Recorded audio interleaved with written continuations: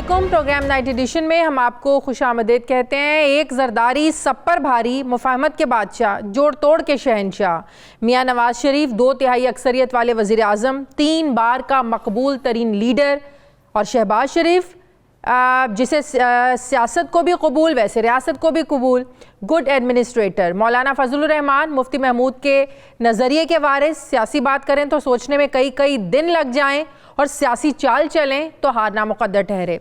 चौधरी शुजात हुसैन जो किसी सियासी हरीफ की सियासत पर मिट्टी पाव कर सकते हैं और इस्टेब्लिशमेंट भी जिनसे पूछ कर चलती हो, ये इतने बड़े बड़े नाम, इससे भी बड़े बड़े सियासतदान। लेकिन इमरान खान इस रिवायती सियासत का हिस्सा नहीं, बल्कि उन्हें चैलेंज करके खड़ा है, क्योंकि इसे सियासत नहीं आती। कहा जाता था कि ये इंटरनेट और सोशल मीडिया का वज़ीर आज़म है, लेकिन वो मुल्क का वज़ीर आज़म बन गया क्योंकि इसे सियासत नहीं आती। इसके कारकुन मम्मी डैडी और बर्गर क्लास मुल्क की अक्सरियत को रिप्रेजेंट नहीं करती। वजह, इमरान खान को सियासत नहीं आती। अपनी ATM माने जाने वाली मशीनों को न सिर्फ नाराज़ किया बल्कि हिसाब किताब मांगने लगा, क्योंकि इमरान खान को तो सियासत नहीं आती। इस्टेब्लिशमेंट के कंधों पर चढ़कर सेलेक्टेड कहलवाया और फिर इस्टेब्लिशमेंट को ही चैलेंज किया, क्योंकि कप्तान को सियासत नहीं आती। कई बार बड़े बड़े लॉन्ग मार्चेस करके और अपनी सियासत को दफन करके इस्लामाबाद से वापस लौटा, फिर और तवाना होकर वापस लौटा और ताकतवर होकर लौटा, क्योंकि कप्तान को सियासत नहीं आती। वज़ीर आज़म की सीट से 13 जमातों ने मिलकर निकाला, सियासत ख़त्म होते हुए मकबूलियत में बदल गई। फिर भी कहते हैं कि इमरान खान को तो सियासत नहीं आती। वो किसी के साथ बैठना नहीं चाहता, अपना हिस्सा लेकर समझौता नहीं करना चाहता। ऐसा तो सियासत में नहीं होता, लेकिन उसे सियासत नहीं आती। इमरान खान ने कौमी असम्बली की 7 नशिस्तों पर इकट्ठे इलेक्शन लड़कर सियासी जुआ खेला, जीत भी गया। इमरान खान को वाकई सियासत नहीं आती। कहा गया परवेज़ इलाही कप्तान के साथ चल नहीं सकेंगे और अब काफ लीग और PTI यकजान 2 कालिब बन चुके। क्या इमरान खान को सियासत नहीं आती? इसकी मकबूलियत को डेंट डालने के लिए ऑडियो लीक सामने आई, जो माजी में बड़े बड़े बुर्ज उल्टा दिया करती थी, लेकिन कप्तान इसे भी वेल लिफ्ट कर गया। क्या अभी भी इमरान खान को सियासत नहीं आती? हमेशा गैर मकबूल और मुश्किल फ़ैसले किए, जैसे वज़ीर आज़म के एतमाद का वोट और परवेज़ इलाही के लिए भी एतमाद का वोट लेकर दिखाया। क्या इमरान खान को अब भी कहें कि सियासत नहीं आती? ये असम्बलियाँ तोड़ने का ड्रामा कर रहा है। पहले असम्बलियाँ तोड़े फिर बात करे। आज इसने असम्बलियाँ तोड़ दी और सब सियासी बुर्जों को सरदर्द लगा दी, लेकिन इमरान खान को अभी भी सियासत नहीं आती। नाज़रीन, गुज़श्ता चंद सालों में ऐसी कई मिसालें हैं जिसमें इमरान खान के फैसले रिवायती साइंस से हट कर थे, लेकिन वो सही साबित हुए और सियासी पंडित भी हैरान रह गए। इस वक्त PDM अपनी तमाम तर कोशिशों के बावजूद पंजाब और KP के असम्बलियों को तहलील करने से बचाने में नाकाम हो गई हैं। यानी आधे से ज़्यादा मुल्क इलेक्शन मूड में चला जाएगा।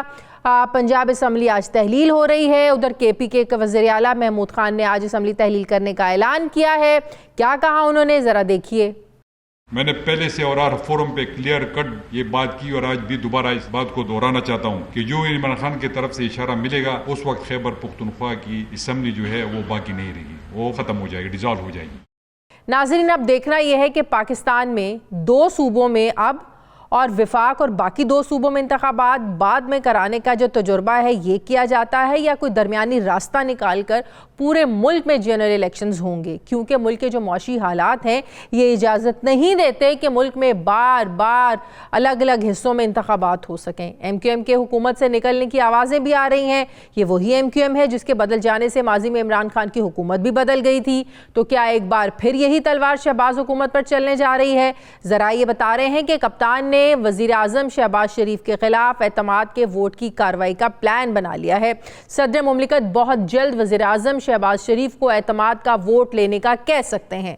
PTI को तवक्को है कि MQM वज़ीर आज़म को वोट नहीं देगी, जबकि मुस्लिम लीग नून के 5 MNA भी शहबाज शरीफ को वोट देने नहीं आएंगे। अब सवाल यहाँ पर यह पैदा होता है कि क्या PDM की सियासी जमातें विफाक में अपनी हुकूमत बचा सकेंगी, या यहाँ पर भी ये समझ कर कि इमरान खान को सियासत नहीं आती हल्का लिया जाएगा। मैं बात करूँगी, मुझे ज्वाइन कर रहे हैं पाकिस्तान तहरीक इंसाफ के सीनियर रहनुमा असद उमर साहब। अस्सलाम वालेकुम, बहुत बहुत शुक्रिया असद उमर साहब आपका। असद उमर साहब, बड़ी चहमगोइयाँ हो रही थी, बड़ी अफवाहें थी, प्रोपेगेंडास थे कि पंजाब में परवेज़ इलाही साहब जो है वो एतमाद का वोट नहीं ले सकेंगे।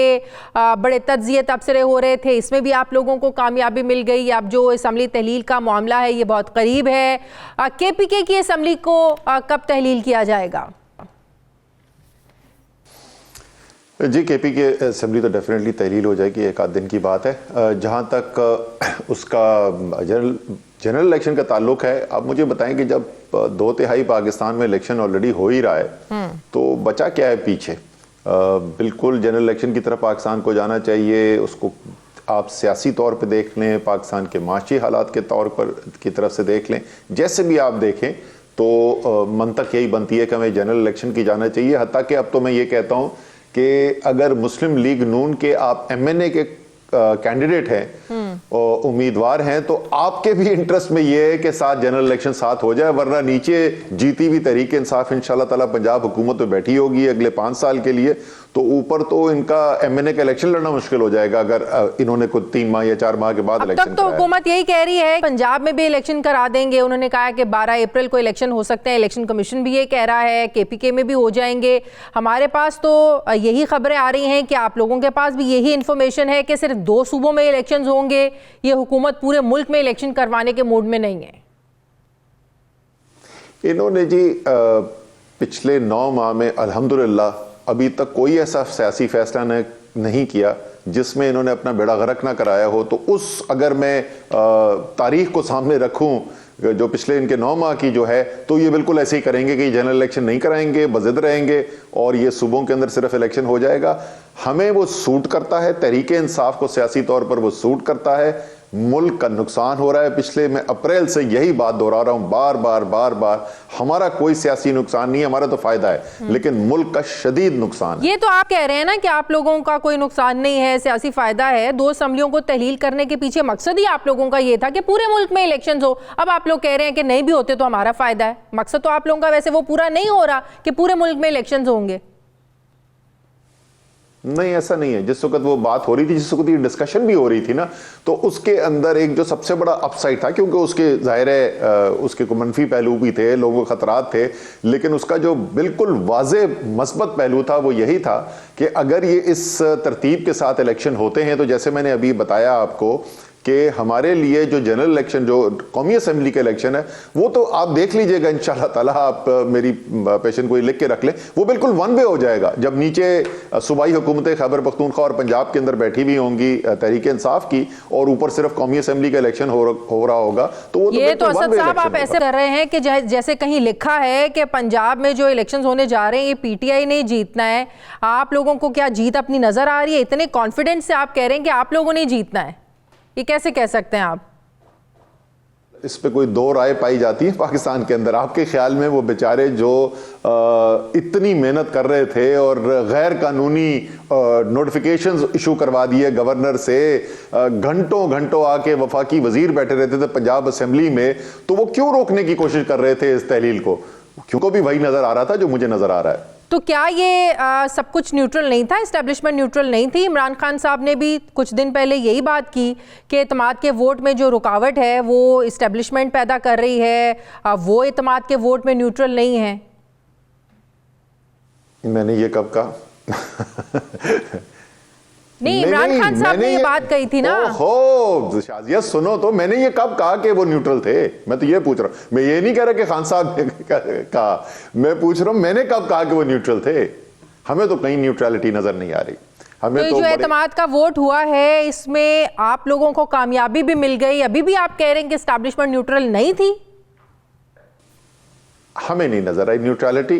हमारे तो बहुत बड़ी तादाद में जो MPs हैं उन्होंने आके खान साहब को मुझे बताया कि किस तरीके से कॉल्स आई, कुछ लोग दफ्तर गए और क्या उनकी बातचीत हुई और कैसे उनको समझाया गया कि आपकी सियासी मुस्तकबिल के लिए भी अच्छा नहीं है और तहरीक इंसाफ के साथ जो है वो आप ना चले तो बेहतर है। तो हमें तो न्यूट्रलिटी नज़र नहीं आ रही। मुझे कोई बराह रास्त कॉल नहीं आई है, तो मैं ये नहीं कह सकता कि मुझे कोई कॉल आई है, लेकिन बहुत बड़ी तादाद में हमारे एमपीएस, और ये सिर्फ पंजाब के अदम एतमाद के वोट के नहीं, हमारे खैबर पख्तूनख्वा के बहुत सारे एमएनएस और एमपीएस ने मुझे यही बात असद बताई। साहब, क्या एस्टैब्लिशमेंट के ही लोग थे जिन्होंने कॉल्स की? क्योंकि आप लोग तो कह रहे थे कि जरदारी साहब जो हैं वो आकर बैठ गए हैं, वो लोगों को खरीदेंगे, नून लीग जो है वो लोगों को खरीद रही है, तो क्या ये एस्टैब्लिशमेंट के ही लोग थे? एक मुझे बात बताएं, ऐसे वैसे कभी हुआ तो नहीं कि एस्टैब्लिशमेंट ने लोगों को इधर उधर जाने का कहा और किसी ने इनकार किया हो, किसी ने इस जुर्रत से इनकार किया हो कि नहीं हम तो नजरिए के साथ खड़े हैं? ऐसा तो वैसे कभी हुआ नहीं है। ये बड़ा ज़्यादा सवाल है। पहली बात तो ये कि जी बिल्कुल दोनों मुख्तलिफ चीज़ें हैं। हमारे एमपीएस को पंजाब के अंदर, केपी के अंदर नहीं, पंजाब के अंदर हमारे एमपीएस को पैसे की ऑफ़र आई, और वो पैसे की ऑफ़र जो है वो पीडीएम की तरफ से आई। वो सियासी लोग थे और उन्होंने कहा कि आप बोली लगाइए उनके ज़मीरों की, लेकिन जिनकी मैं बात कर रहा हूँ, आपका जो पैगामात जिनकी मैं बात कर रहा हूँ, वो इस्टेब्लिशमेंट के लोग थे। हमारे लोग हमें यही बता रहे हैं कि उनकी इस्टेब्लिशमेंट के लोगों के साथ राब्ता हुआ, या उन्होंने राब्ता किया इनके साथ, हमारे लोगों के साथ। दूसरी बात जो आपने सवाल जो है वो बड़ा अहम किया। देखें, इस वक्त पिछले आपको 9 माह में कोई भी ऐसी सियासी चीज़ होती हुई नज़र आ रही है जो पाकिस्तान की तारीख को अगर हम नज़र डालें तो उसके मुताबिक हो रही हो? क्या कभी पाकिस्तान की तारीख में पहले हुआ था कि किसी हुकूमत को बरतरफ किया गया हो, किसी वज़ीर आज़म को हटाया गया हो, और सारे पाकिस्तान के अंदर बड़े शहरों से लेके छोटे कस्बों तक लाखों की तादाद में लोग निकल आए हुए हों और एहतजाज के अंदर और उस वज़ीर आज़म की सपोर्ट में? क्या जुलाई 2022 में किसी को शक था पंजाब में कि इस्टेब्लिशमेंट की, आगे चले हम ये इस बहस में नहीं पड़ते कि उन्होंने कोशिश की या नहीं की, लेकिन इसमें तो कोई शक नहीं था ना कि इमरान खान उस वक्त जो बात कर रहे थे वो इस्टेब्लिशमेंट की पसंद की बात नहीं थी। इस्टेब्लिशमेंट की अगर ख्वाहिश होती तो इमरान खान ना जीतते, लेकिन जीते ना। 20 में से 15 सीटें जीते, हमारे ख्याल में तो 16 सीटें जीते। वो जब भी कोर्ट में फैसला होगा तो 16 सीट भी हो जाएगी, तो 75 से 80% सीट्स हम जीते हैं। अदम एतमाद के वोट के अंदर इस तमाम प्रेशर के बावजूद हमारे तमाम लोग वहां पे पहुंचे। सिर्फ एक, हमारे ख्याल में 187 वोट होने थे और 186 हमें वोट पड़े। तो ये लोगों के तमाम फैसला साजों के समझने की बात है। लेकिन जब उसी एस्टैब्लिशमेंट ने काफ लीग को कहा कि आप इमरान खान की तरफ जाएं, मोनस इलाही, परवेज इलाही की बातें ऑन रिकॉर्ड हैं, तो उस वक्त एस्टैब्लिशमेंट की इंटरफेरेंस और उनका हुक्म या उनका फैसला वो फिर हलाल कैसे हो गया? आज अगर एस्टैब्लिशमेंट की इंटरफेरेंस को आप लोग नाजायज़ कहते हैं या कहते हैं कि नहीं होनी चाहिए, अभी भी आपको नहीं लगता कि एस्टैब्लिशमेंट न्यूट्रल है, लेकिन जब तब एस्टैब्लिशमेंट ने अपना रोल प्ले करके काफ लीग को आप लोगों के साथ चलने के लिए कहा, तो वो सब हलाल कैसे था? पहली बात तो उन्होंने उनको क्या कहा हमें नहीं पता, उनको कहा होगा तो जरूर कहा होगा। हम तो अपने फैसले खुद कर रहे हैं ना। और सियासी तौर पर क्या तहरीक इंसाफ की लिए अगर इस्टेब्लिशमेंट जो है वो राह हमवार करे, लोगों को कहे कि इधर जाए, तो क्या वो दुरुस्त है? बिल्कुल दुरुस्त नहीं है, बिल्कुल दुरुस्त नहीं है। इसमें कोई शक ही नहीं है, कोई दो राय नहीं इसके अंदर होनी चाहिए। तो ये नहीं, हम कोई दोहरा मेयार की हम बात नहीं कर रहे। हमारे ख्याल में देखें, इसके ऊपर मैं बड़ा तफसील से पहले भी कई टेलीविजन प्रोग्राम से बात कर चुका हूँ। इस्टेब्लिशमेंट का पाकिस्तान की सियासत में, गवर्नेंस के अंदर जो किरदार रहा है वो मुख्तलिफ मरहलों से गुजरा है। वो पहले सिविलियन जो फेज था उसको पीछे से सपोर्ट करते हुए सिकंदर मिर्जा आगे, अयूब खान डिफेंस मिनिस्टर उनके पीछे, फिर डायरेक्ट रोल आ गया, मार्शल लॉ लगा, ज़िया-उल हक ने फिर मार्शल लॉ लगाया, फिर एक नए फेज आया और वो आया अपनी 90s की दहाई के अंदर कि 58(2)B की पावर इस्तेमाल करके सदर के जरिए हुकूमतें बदली गई। फिर मुशर्रफ साहब खुद बराह रास्त आ गए, लेकिन मार्शल लॉ नहीं लगाया, वो एक नया तरीकेकार था। और 2008 के बाद से एक नया तरीकेकार है जहां एक असर और रसूख इस्तेमाल किया जाता है, फैसलों के अंदर वजन डाला जाता है, लेकिन सामने कोई टेक ओवर नहीं किया जाता। जिस तरीके से पुराने अदवार पे फौज इस नतीजे पे पहुंची, लोगों को छोड़ दें, फौज इस नतीजे पे पहुंची कि वो ना मुल्क के लिए अच्छे थे ना वो फौज के लिए अच्छे थे। मुझे यकीन है कि जो अभी की सूरत हाल है 2008 के बाद से, मैं 2022 के बाद की नहीं कह रहा, मैं 2008 के बाद की बात कर रहा हूं, ये भी ना फौज के लिए अच्छा है ना ये मुल्क के लिए अच्छा है। और मुझे यकीन है कि जो असेसमेंट होती रहती है, इदारा अपनी असेसमेंट खुद भी करता है, वो इसी नतीजे पे पहुंचेगा कि हमें अब इस फेज से भी आगे निकलना है और फौज का एक मुख्तलिफ किरदार है मुल्क के अंदर। ठीक है, मेरे साथ रहे, मुझे ब्रेक लेनी है। नाज़रीन, वापस आते हैं एक छोटे से वक्फे के बाद।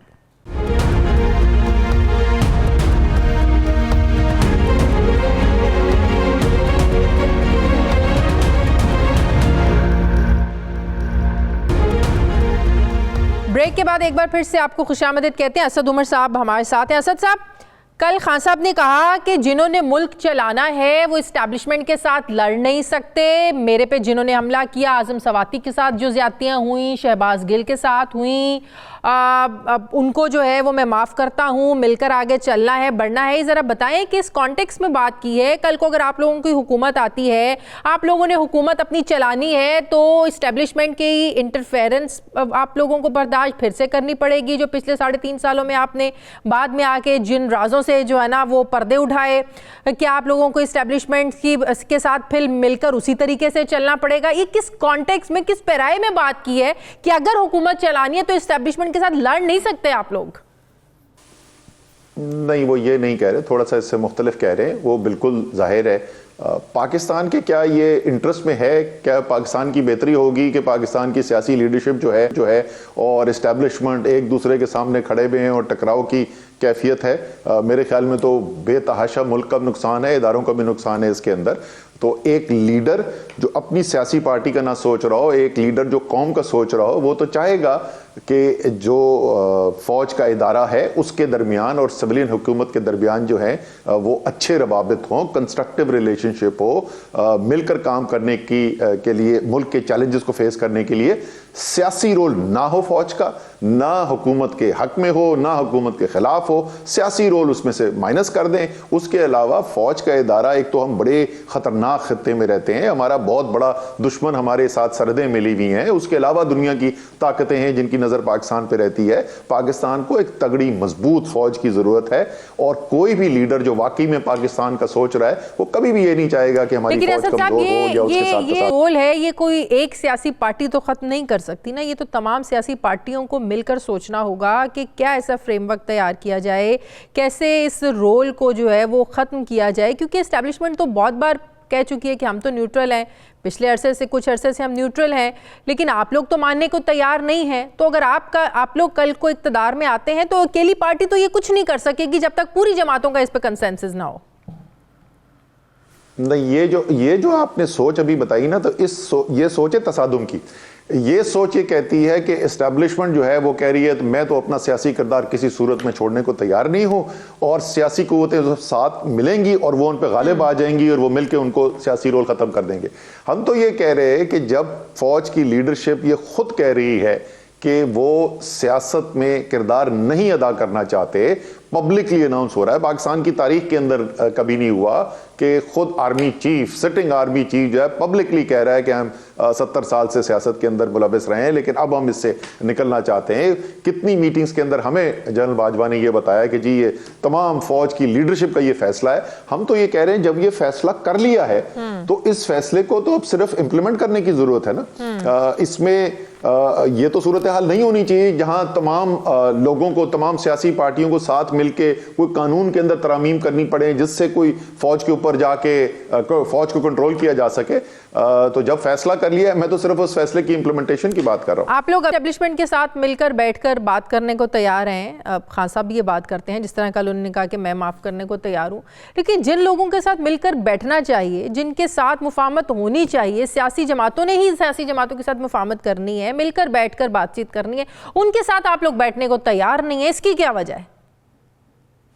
अच्छा, ये भी दुरुस्त नहीं है। आप 3.5 साल का ज़रा असेंबली का रिकॉर्ड तो उठा के देख लें, आपको नज़र आएगा कि कितनी कानून साजी की गई और पाकिस्तान की अवाम की याद दहानी के लिए हमारे वक्त में उससे ज़्यादा कानून साजी हुई बनिस्बत जो उससे पहले मुस्लिम लीग नून के 5 साल के दौर के अंदर हुई। हमारे 3.5 साल में उससे ज़्यादा कानून साजी की गई। तो उसमें से बहुत सारे कवानीन जो हैं वो अपोजिशन के साथ मिलकर बनाए गए। प्रॉब्लम अपोजिशन के साथ मिलकर काम करने का नहीं है, वो तो हम दिखा चुके हैं, कर चुके हैं, इमरान खान के वजीर आजम होते हुए कर चुके हैं। मैंने उन नेगोशिएशंस को लीड किया हुआ है, मुझे पता है कि किस तरीके से हमने साथ बैठ के कवानीन के अंदर तरामीम करके। लेकिन उसमें भी तो खान साहब है कि हमें उसमें भी एजेंसियों की, एस्टेब्लिशमेंट की मिन्नत तरला करना पड़ता था कि ये काम हमने करना है, ये तरमीम करनी है, कानून साजी करनी है, आप इनको लेकर आए बिठाएं, तो वही तो लेके आते थे उनको। उसमें भी तो एस्टेब्लिशमेंट का रोल होता था। ऐसा नहीं है, ऐसा नहीं है। ये उनका रोल जो है वो कोई 1-2 कोई जो कानून साजी के अमल थे जिसके अंदर फैटिफ था, उसमें फौज ने किरदार अदा करने की कोशिश की जो कामयाब नहीं हुई। वो तारीख का हिस्सा है। फ्लोर ऑफ द हाउस पे खड़े होके ऑपोजिशन, उस वक्त की ऑपोजिशन ने, पीडीएम ने उस कानून के खिलाफ वोट डाला। लेकिन जो बाकी हम कानून साजी की बात करें उसमें फौज का कोई ताल्लुक, मैं बता रहा हूं ना, मैं तो खुद डायरेक्ट नेगोशिएशन लीड करता था। मुझे पता है कि ये हम कर चुके हैं। कहां पर नई बातचीत हो सकती, कहां पर बात आके अटक जाती है, वो है नैब के कवानीन और करप्शन। वो कहते हैं कि कानून ऐसा बनाओ जिससे सारों के करप्शन के केसेस खत्म हो जाएं। हम ये कहते हैं ये पैसा हमारा नहीं था। अगर इमरान खान यही कह रहे ना कि अगर मेरे साथ किसी ने ज्यादती की मैं माफ करने के लिए तैयार हूं, लेकिन अगर पैसा मेरा नहीं था, अगर पैसा कौम का था, तो मैं कैसे माफ कर दूं? वो एक वाहिद चीज है जिसके ऊपर कोई हमारी पेशरफ हो ही नहीं सकी। और आखिर में जब बिल्कुल ब्रेकडाउन आया ऑपोजिशन के साथ, वो नैब के कानून के ऊपर ही आया था। अच्छा, खान साहब जो एक और बात कर रहे हैं कि जो काफ लीग है वो पीटीआई का हिस्सा बन जाएगी, क्या ये सीट एडजस्टमेंट के हवाले से उस पैराए में बात कर रहे हैं, या काफ लीग वाकई कोई जम होने जा रही है, ऐसी कोई प्लानिंग हो रही है, काफ लीग तैयार है, क्या मामला है ये?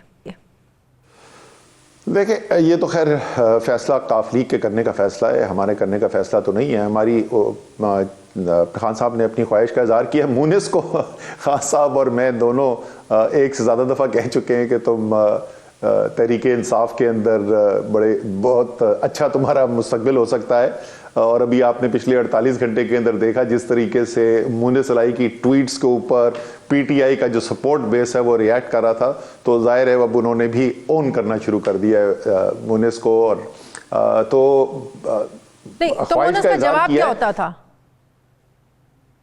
मुनिस का जब तक मेरी, अब मैं टीवी पे ओपनली बात कर रहा हूँ, मेरे ख्याल में उनके वालिद साहब ने एक सारी जिंदगी गुजारी है, एक बहुत अरसा गुजारा है एक सियासत करते हुए, और इतने स्टेज, आखिरी स्टेज पे उनकी जो सियासत के हैं, इतनी सीनियरिटी पे पहुंच के शायद उनके लिए मुश्किल हो तब्दील करना। मुनिस का मुस्तकबिल है, नौजवान आदमी है, उसकी 30 साल आगे सियासत पड़ी हुई है, उसकी सियासत तहरीके इंसाफ के साथ ही है, चाहे वो तहरीके इंसाफ का इत्तेहादी बनकर हो या तहरीके इंसाफ का हिस्सा बनकर हो। अच्छा, अलीम खान, जहांगीर तरीन, चौधरी सरवर मिलकर इकट्ठे होते हैं, एक पार्टी बनाते हैं और लोगों को भी लेकर आते हैं, तहरीके इंसाफ को इसका नुकसान होगा? देखिए, इस वक्त जो सूरत हाल है उसमें सियासी पार्टियों का इकट्ठा होना जो है उससे तहरीके इंसाफ को कोई नुकसान नहीं पहुंचा, ये तो पक्की बात है। लेकिन हमें बहुत सारे लोगों का मानना यह है कि उससे तहरीके इंसाफ को सियासी तौर पर फायदा हुआ है। जो इलेक्शन के रिजल्ट्स आपको देखने में नजर आए हैं पिछले 9 माह के अंदर, ये पहले नहीं नजर आए थे। पहले एक भरम था कि जी वो ये अलग अलग सियासी पार्टियां हैं।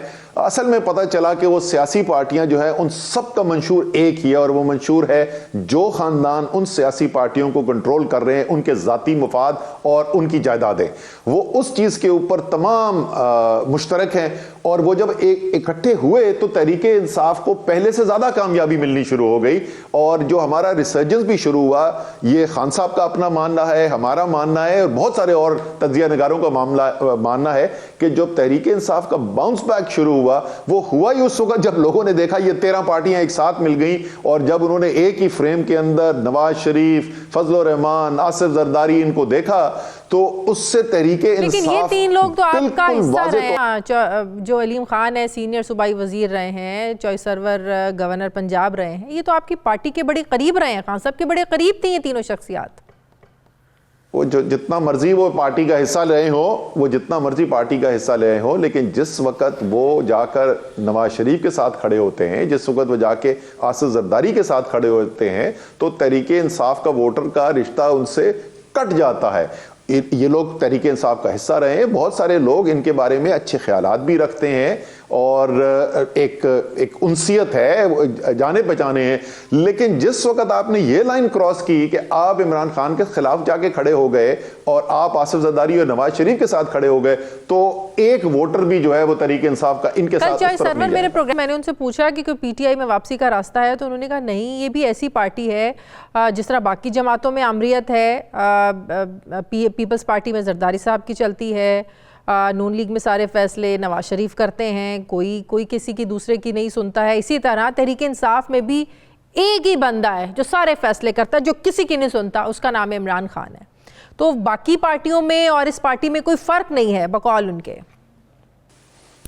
अच्छा, चौधरी साहब से ये पूछें कि चौधरी साहब, आप 3 साल 8 माह गवर्नर रहने के बाद जब इमरान खान की हुकूमत ख़त्म हो रही थी, उसके आखिरी 2 दिन में आप पर यह इंकशाफ हुआ, ये क्या चीज़ हुई उस आखिरी 2 दिन के अंदर जिसके अंदर चौधरी साहब को ये पता चला? और अगर चौधरी साहब को ये पहले पता चल गया था और चौधरी साहब इसके बहुत खिलाफ हैं, यही तो कहते हैं कि उसूलों की बुनियाद पर ही छोड़ा। अच्छा, मैं माजरत के साथ मैं प्राइम मिनिस्टर के ऑफिस में मौजूद था जिस वक्त वो इस्तीफा हुआ। ना छेड़े के किसने इस्तीफा दिया और किसने इस्तीफा लिया गया उनसे, वो छोड़ देना। जवाब दे दें। नहीं देना मैंने, दे दें जवाब। आजाद मुल्क का आजाद शहरी हूं। अच्छा, आखिरी सवाल, एमक्यूएम को कराची में कौन इकट्ठा कर रहा है?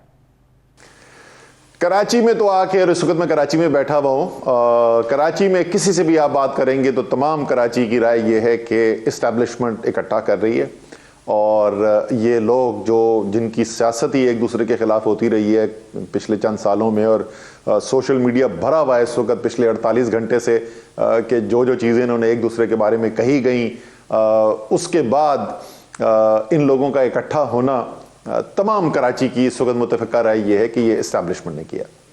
सही, बहुत बहुत शुक्रिया। पाकिस्तान तहरीक इंसाफ के सीनियर रहनुमा असद उमर साहब मेरे साथ थे। मुझे ब्रेक लेनी है, ब्रेक के बाद मुस्लिम लीग नून के सीनियर रहनुमा वफाकी वज़ीर राना तनवीर हुसैन साहब मेरे साथ होंगे। वापस आते हैं एक छोटे से वक्फे के बाद।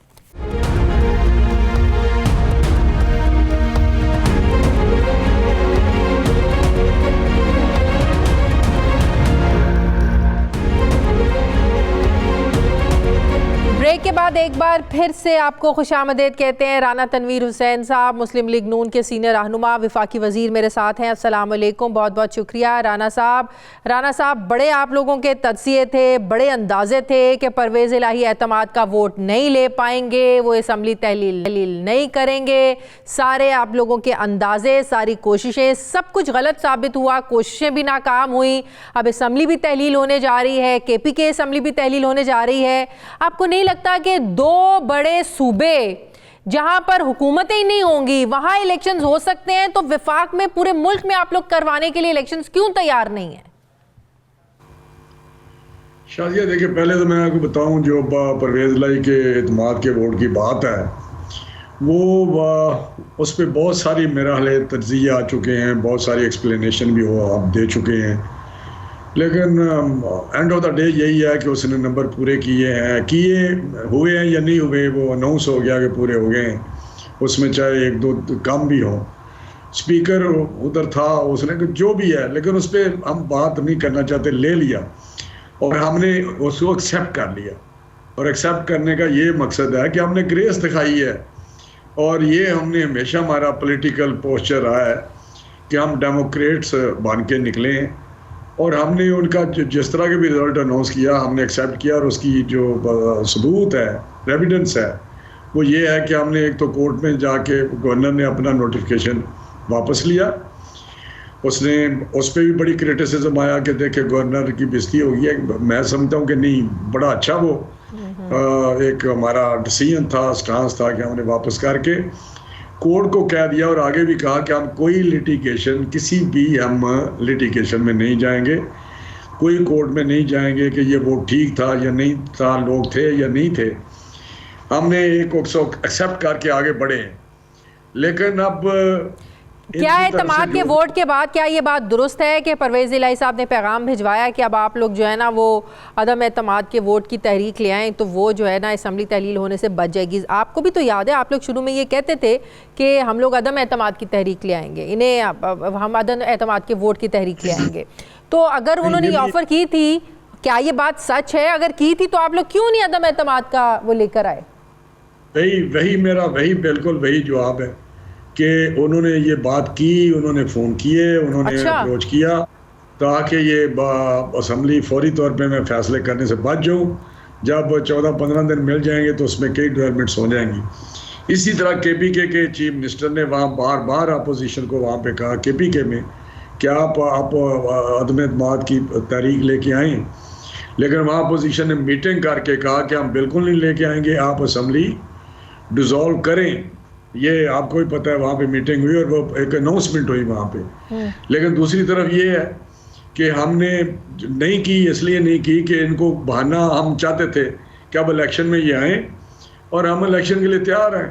और लेकिन आपकी पार्टी के भी दो वर्जन आ रहे हैं ना। आप लोग कह रहे हैं कि ठीक है हम ये असम्बली तहलील करें, और उधर से नवाज शरीफ साहब नाराज़ हो रहे थे कि यहाँ की जो लोग हैं, सूबाई लोग हैं, उन्होंने अच्छा परफॉर्म नहीं किया है, उन्होंने अच्छा काम नहीं किया है। कैसे परवेज़ इलाही एतमाद का वोट लेने में कामयाब हो गए? लंदन वाले नाराज़ हो रहे हैं, आप लोग इधर कह रहे हैं कि बड़ा ज़बरदस्त हुआ है। नहीं, मैंने ये बात, आप मेरा जवाब फिर नहीं समझे। जब एक हमने काम शुरू किया कि एतमाद का वोट लें, तो उस वक्त जो उन्होंने एतमाद का वोट ले लिया, फिर मेरे नज़दीक तो जो भी था वो फेक था, सही था जो भी है। तो उस वक्त हमारे कायद जो है मियां नवाज शरीफ साहब बिल्कुल नाराज हुए कि अगर आपके पास आपने मैनेज नहीं किया हुआ था या मैनेज नहीं कर सके तो फिर आपको इस प्रोसेस में नहीं जाना चाहिए था। वो तो ये बात करते हैं, उन्होंने ये आप कहा कि आप अब फर्दर कोई आप इसमें नहीं जाएंगे, आप इलेक्शन में जाएं। आप देख ही रहे हैं। तो किसने यकीन दहानियां करवाई थी नवाज शरीफ को कि हम इनको कह रहे हैं जी अदम एतमाद का आप वोट लें, और ये नहीं ले पाएंगे? जाहिर है कोई पार्टी की तरफ से नवाज शरीफ को यकीन दहानियां कराई गई होंगी तो इजाजत मिली थी ना कि आप इनसे कहें परवेज इलाही से कि एतमाद का वोट लें। देखिए, बात बिल्कुल आपकी दुरुस्त है। उनको कहा गया कि हमारे नंबर पूरे हैं और परवेज इलाही नहीं ले सकेगा, उसके पास भी 10-15 वोट नहीं जाएंगे, कम है वो। देखें, मेरा भी अपना ख्याल है कि जहां हमारी जो टीम थी इसको हैंडल कर रही, उन्होंने कोशिश की है पूरी अपनी, और वो हमारी PMLN अकेली नहीं थी, बाकी पार्टियां भी उसमें अपनी इन्वॉल्वमेंट थी जिनकी तरफ से हमें कुछ एश्योरेंस दी गई। लेकिन बात वही आ जाती है कि वो पूरा हो गया नंबर। लेकिन मैं आपको बताऊं, ये बात दुरुस्त थी जो उनके 191 से 5 तो कम हुए हैं ना, और अब नंबर 186 पे वो आके खड़े हुए हैं। ये शादी जरा देखें, ये आप इस पे डाउट नहीं जाता कि कोई ना कोई 1-2 नंबर कम थे अभी भी, लेकिन 186 दिखा दिए उन्होंने, एग्जैक्ट 186 जो रिक्वायरमेंट थी। लिहाजा इसको छोड़े, मेरा ख्याल है ये चैप्टर अब हो चुका है। बार उस दिन तो विफाक के चैप्टर को देख लें। तहरीक इंसाफ कह रही है कि सदर मुमलिकत कहेंगे शहबाज शरीफ को एतमाद का वोट लेने का, वहां नंबर वहां पूरे कर सकते हैं नंबर के, वहां भी शिकस्ती होएगी। नहीं, देखिए, मैं पहले तो KPK का थोड़ा सा एक रह गया था उसमें किस्सा। KPK का आज इमरान खान जितना मैं समझता हूँ कि एक बेअसूल या हमारी पंजाबी में कहते गल्ला झूठा जो बात करता है, उसने कहा था कि इमीडिएटली जब ये डिसॉल्व होगी प्रोविंशियल असेंबली पंजाब की तो KPK हो जाएगी। आज कहता वो 1 हफ्ते में कर देंगे। नहीं तो आप लोगों को डाउट क्या है? अब जो ये हो गया तो वो उन्होंने रख के क्या करनी है, वो भी हो जाएगी। रख के इसलिए करनी है कि ये जब सड़क पे आएगा ना, अब तो ये 2 असम्बलियां, 2 हुकूमतें फेडरल गवर्नमेंट के बाद जब प्राइम मिनिस्टर नहीं रहा तो उसको ये तो एक ठिकाना मिला हुआ था, याशियां इसकी थी। ये तो हार्ड लाइफ, पंजाब सबसे बड़ा सूबा, यहाँ पे याशियां उन्होंने अपनी खत्म कर दी, तो KPK में क्यों नहीं कर सकते? मेरा ख्याल है वो वैसे ही परवेज इलाही से जान छुड़ाना होगा। ये छोड़े इस बात को कि परवेज इलाही ये, लेकिन आपका अंदाजा है या आपकी इंफॉर्मेशन है कि इमरान खान जान छुड़ाना चाह रहे हैं परवेज इलाही से? मेरा अंदाजा है, क्योंकि अगर उसमें जरा भी हो, क्योंकि वो कहता ये डाकू है, ये फजूल है, ये सारा कुछ है, लेकिन आप तो मिलके करप्शन कर रहे थे, इमरान खान और परवेज इलाही दोनों मिलके कर रहे थे सारा गड़बड़। ये तो पंजाब को जिस तरह इन्होंने, उस्मान बुज़दार को तो लोग भूल गए, जो इस परवेज इलाही के दौर पे जो करप्शन हुई है वो तो मेरा ख्याल है कोई तारीख में इस तरह नहीं हुआ जिस तरह यहाँ लूटमार मची रही है और डेली बेसिस पैसे इकट्ठे होते रहे हैं।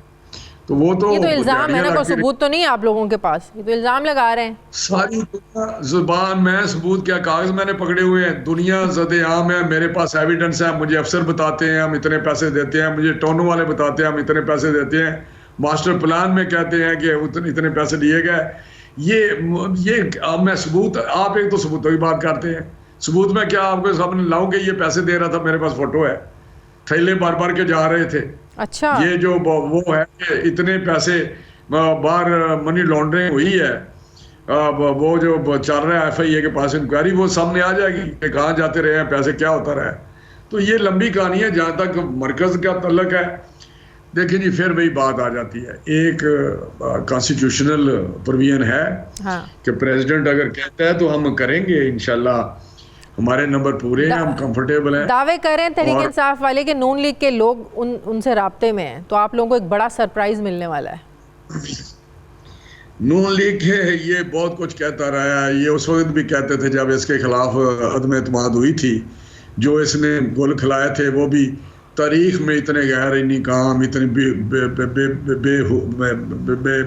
मैं क्या कह सकता हूँ, बेसर हो क्या, ऐसे काम इसने किए जिसकी मिसाल नहीं मिलती, कि वहां से उठ के कहा आर्टिकल 5 ये कहता है लादा अदम एतमाद नहीं, इसका वो सूरी जिसका देखिए जरा उसकी क्या वो है, चीज क्या है। मुझे ये बताएं, एमक्यूएम भी नाराज हुए फिर रही है, एमक्यूएम भी बलदियाती इलेक्शन वो करवाना नहीं चाहते हैं। पहले पीपल्स पार्टी जो थी वो मान नहीं रही थी, अब वो भी मान गए हैं, एमक्यूएम मान नहीं रही है, वो धमकी दे रहे हैं कि हम विफाक से निकल सकते हैं। हर तरफ से आप लोगों को खतरा ही खतरा है, उधर से एतमाद का वोट, उधर से एमक्यूएम अगर निकल गई तो हुकूमत तो धड़म करके गिर गई। देखिए जो लाइज होते हैं, जब इनके लाइज थे वो भी आपको पता नाराज होते रहे। अभी यहाँ पंजाब में परवेज लाई चीफ मिनिस्टर था, इनके एमपी नाराज होते रहे। यही वजह थी कि 20-25 बंदे हमारे साथ राब्ते में थे, जिसमें जो कुछ खिसक गए, कुछ रह गए। उधर भी एमक्यूएम या जो लोग थे इनके साथ नाराज रहते थे। मैंगल नाराज था जब इनके साथ था। ये तो खुद इत्तेहादी मरकज में रहे हैं 7-8, तो ये इस तरह की बातें हैं। लेकिन अलाइज में चलता रहता है क्योंकि डिफरेंट पार्टीज होती हैं, चलती। क्या नवाज शरीफ साहब ने बाकायदा डायरेक्शंस दे दी हैं कि पंजाब में इलेक्शंस की तैयारी करें? पूरे मुल्क में इलेक्शन के मूड की तो लग नहीं रहा, और ना ही आप लोग बात कर रहे हैं। पंजाब में इलेक्शंस की तैयारी है आप लोगों की? नवाज शरीफ साहब खुद आएंगे कैंपेन्स के लिए? 100% हम इलेक्शन में जा रहे हैं। 12 अप्रैल की डेट सामने आई है। मुझे कभी उम्मीद है, पूरी उम्मीद है कि मियाँ साहब भी आएंगे। इलेक्शन इंशाल्लाह शुरू हो, क्योंकि 90 डेज में होने हैं, तो वो आएंगे। और इंशाल्लाह हम पंजाब में और जहाँ भी इलेक्शन होंगे, आप देख लें, ये कोई दूर की बात नहीं, हम इलेक्शन जीतेंगे अल्लाह के फजल से। ये जो एक हवा या एक खड़ा ना वैसे अगर तस्वीर का दूसरा रुख देखें, इसमें कोई शक नहीं है तहरीक इंसाफ की मकबूलियत है। अगर आप लोग पूरे मुल्क में एक ही बार में इलेक्शंस नहीं करवाते हैं और अगर पंजाब तहरीक इंसाफ जीत जाती है, तो मरकज़ में जब बाद में इंतखाबात होंगे आपको नुकसान नहीं होएगा? ये भी तो है ना कि पंजाब हम जीत जाते हैं तो फिर अगला इलेक्शन हमारे लिए कोई उसका कोई मसला ही नहीं रहेगा, हम मरकज में इलेक्शन जीत जाएंगे। इसका मतलब जो जीतेगा फिर उसके लिए मरकज जीतना आसान हो जाएगा? नहीं, इंशाल्लाह नून ही जीतेगी, मैं आपको बता रहा हूँ। ये मैं आखिर इलेक्शन लड़ने वाला बंदा हूँ। हमारा रूरल एरिया है, वो भी इलेक्शन जीत के ही आए हैं। कौन इलेक्शन जीत के आया है? मेरी बात सुने, अगर कहते हैं ना कि 2018 का उन्होंने इलेक्शन जीता था, तो ये मेरा हाल है, आप कहना छोड़ दे। आप कोई बार रह गई है, पहले भी पता था इलेक्टेबल्स वो जुनूबी